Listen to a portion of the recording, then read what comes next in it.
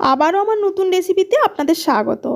আজকে আমি তৈরি করে দেখাবো এমন একটা সেরা ওয়ান পট মিল যার রাজকীয় স্বাদের এবং খুব সহজে ঝামেলাহীনভাবে তৈরি করে নেওয়া যাবে। মটরশুঁটি, মাছের মাথা, আলুর সাথে সুগন্ধি চালের এই যে ফিউশন জাস্ট অনবদ্য। রান্নার রেসিপিটা পুরো দেখলে আপনিও খুব সহজেই বানিয়ে নিতে পারবেন। নমস্কার, সুরভি রান্নার তরফ থেকে সকলকে স্বাগত। আমি সুরভি আবার একবার চলে এসেছি আপনাদের মাঝে আমার নতুন একটা রেসিপি নিয়ে।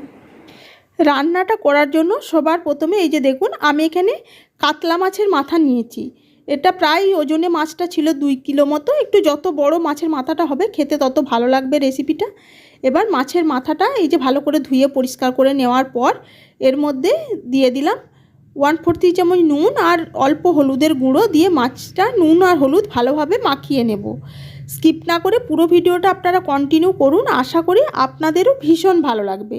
আর পুরো রেসিপিটা দেখার পর আপনাদের যদি ভালো লেগে থাকে তাহলে প্লিজ যারা এখনও আমার চ্যানেলটি সাবস্ক্রাইব করেননি তারা আমার চ্যানেলটা সাবস্ক্রাইব করে পাশে থাকা বেল আইকনটা প্রেস করে দেবেন এরকমই সব নানা ধরনের রেসিপি পাওয়ার জন্য। আর অবশ্যই কমেন্টের মাধ্যমে জানাতে ভুলবেন না আপনাদের কাছে রেসিপিটা কেমন লাগলো।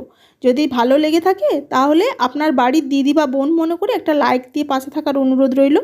আপনাদের সাথে গল্প করতে করতে এই যে দেখুন, মাছটা ভাজার জন্য গ্যাসে কড়াই বসিয়ে দিয়েছিলাম। কড়াইটা ভালো মতো গরম হয়ে যাওয়ার পর এর মধ্যে দিয়ে দিলাম সর্ষের তেল।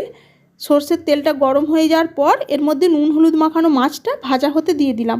অবশ্যই কিন্তু তেলটা গরম হওয়ার পরই মাছটা দেবেন, না হলে কড়াইয়ের মধ্যে মাছটা চিটিয়ে যাবে। মাছটা যখন একটা সাইড ভাজা হয়ে যাবে তখন উল্টে আরেকটা সাইড ভালোভাবে ভেজে নিয়ে মাছটা হালকা লাল করে ভেজে আলাদা পাত্রে তুলে নেব। মাছটা দেখুন ভাজা হয়ে গেছে, তাই এটা আলাদা পাত্রেও তুলে নিলাম।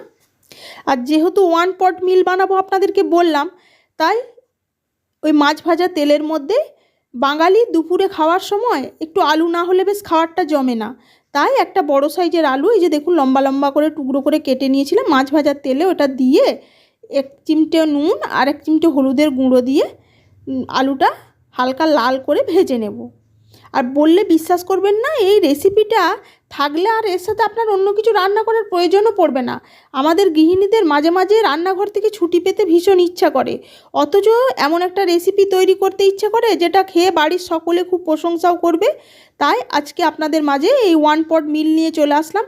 আর একদম বেশি বাসনপত্রও হবে না, এই যে একটা কড়াইয়ের মধ্যে রান্নাটা হয়ে যাবে, সেই কারণে এই ওয়ান পট মিল। আলুটা হালকা লাল করে ভাজা হয়ে গেছে, এবার এই আলুটাকে আলাদা পাত্রে তুলে নিলাম। এবার ওই তেলের মধ্যে দিয়ে দিলাম একটা তেজপাতা ফোড়ন হিসেবে, আর দিয়ে দিলাম গোটা গরম মশলা আর গোটা জিরে। আমার এখানে আর তেল দেওয়ার প্রয়োজন পড়েনি, আপনাদের যদি তেল কম থাকে তাহলে আপনারা তেল অ্যাড করে তারপরেই ফোড়নটা দেবেন। ফোড়নটা থেকে যখন সুন্দর একটা ভাজার গন্ধ বেরাবে তখন এর মধ্যে দিয়ে দিলাম একটা বড় সাইজের কুচানো পেঁয়াজ আর একটা বড় সাইজের কুচানো টমেটো।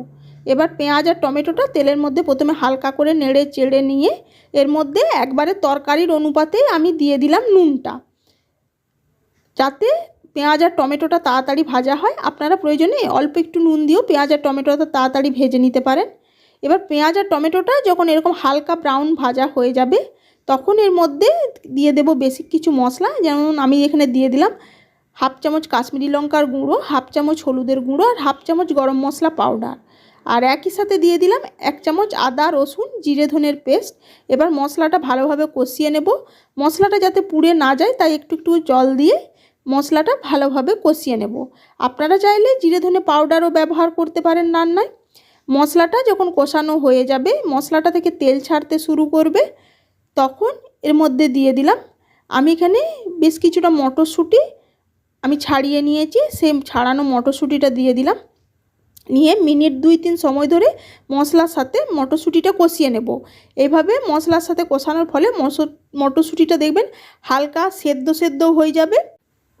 আর বললে বিশ্বাস করবেন না, গরম গরম এই সুগন্ধি গোবিন্দভোগ চাল আর তার সাথে মচমচে মাছের মাথা ভাজা আর তার সাথে মটরশুঁটি আর আলুর এই যে জুটি, দুপুরে খাবারে আর কিছুরই আপনার দরকার পড়বে না। যখন মটরশুঁটিটা এই যে দেখুন কষানো হয়ে গেছে তখন এর মধ্যে এই যে গোবিন্দভোগ চাল আমি এখানে মিনিট 20 আগে ভালো করে জলে ধুয়ে কিছুক্ষণ ভিজিয়ে রেখেছিলাম। আপনারা চাইলে জলটা ঝরিয়েও নিতে পারেন। আমি এবার ওই ভেজানো চালটা এই মটরশুঁটিটার মধ্যে দিয়ে দিলাম, আর এই সময় গ্যাসের ফ্লেমটা বাড়িয়ে দেব। নিয়ে ভালো করে নেড়ে চেড়ে চালটা ভেজে নেব।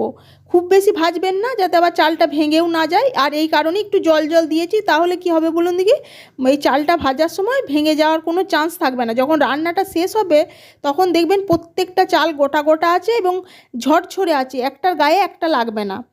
এই ছোট ছোট টিপসগুলো যদি আপনারা ফলো করতে পারেন, দেখবেন রান্নাটা খেতে ভীষণ ভালো লাগবে। এবারে যখন এই যে চালটা ভাজা ভাজা হয়ে গেছে, খুব বেশি কিন্তু আমি ভাজিনি, জাস্ট কড়াইয়ের গা থেকে দেখুন ছেড়ে এসেছে, ওই পর্যায় পর্যন্ত ভেজে নিয়েছি। তারপর এর মধ্যে একই সাথে দিয়ে দিলাম ওই যে ভেজে রাখা মাছের মাথা আর আলু, যেগুলো ভেজে রেখেছিলাম, সেগুলো দিয়ে আরও মিনিট 2 সময় ধরে চালের সাথে ভালোভাবে মিশিয়ে নিলাম। দিয়ে যখন মেশানো হয়ে গেল, তখন এর মধ্যে দিয়ে দিলাম গরম জল। আপনারা যদি 1 বাটি চাল নেন, সেখানে 1.5 বাটির মতো জল ব্যবহার করবেন সেই অনুপাতেই, তাহলে দেখবেন চালটা খুব সুন্দরভাবে সেদ্ধও হয়ে যাবে। নিয়ে জলটা দিয়ে চালের সাথে ভালোভাবে মিশিয়ে নেব। আর নুনটা আপনারা এই অবস্থাতেই চেক করে নেবেন। আপনারা যদি মিষ্টি মিষ্টি পছন্দ করেন, সেক্ষেত্রে এখানে অল্প চিনির ব্যবহার করতে পারেন, তবে আমার বাড়িতে পছন্দ করে না, তাই আমি এখানে আর চিনির ব্যবহার করিনি। এবার ভালোভাবে মিশিয়ে নিয়ে একটা ঢাকা দিয়ে গ্যাসের ফ্লেমটা মিডিয়ামে দিয়ে চালটা সেদ্ধ হতে দেব। এবং একই সাথে আমি দিয়ে দিলাম ঝালের জন্য চেরা কাঁচা লঙ্কা। আপনারা যেমন ঝাল পছন্দ করবেন সেই অনুপাতে লঙ্কাটা অ্যাডজাস্ট করে নেবেন। এবার ঢাকা দিয়ে রান্নাটা হতে দেব। অবশ্যই মাঝে মাঝে একবার করে ঢাকা খুলে দেখবেন যে জল আছে নাকি, না তলায় লেগে যাচ্ছে। যখন দেখবেন এইরকম শুকনো শুকনো হয়ে গেছে, নিয়ে এই যে দেখুন, আমি আপনাদের দেখিয়ে দিচ্ছি, চালটাও আমার কিন্তু পুরো সেদ্ধ হয়ে গেছে, আমি হাত দিয়ে চেপে দেখে নিলাম।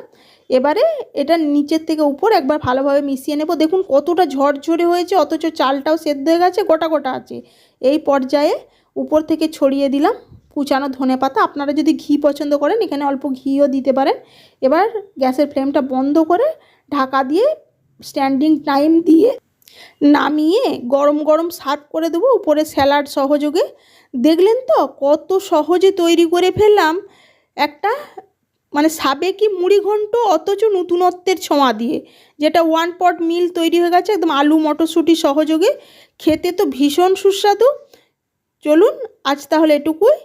আপনাদের কাছে রেসিপিটা কেমন লাগলো অবশ্যই জানাবেন, আর আপনারা কী ধরনের রেসিপি দেখতে চান অবশ্যই কমেন্টের মাধ্যমে জানাতে ভুলবেন না। আজ তাহলে এটুকুই, আবার হাজির হয়ে যাব অন্য কোনো রেসিপিতে। সবাই ভালো থাকবেন, সুস্থ থাকবেন, ধন্যবাদ।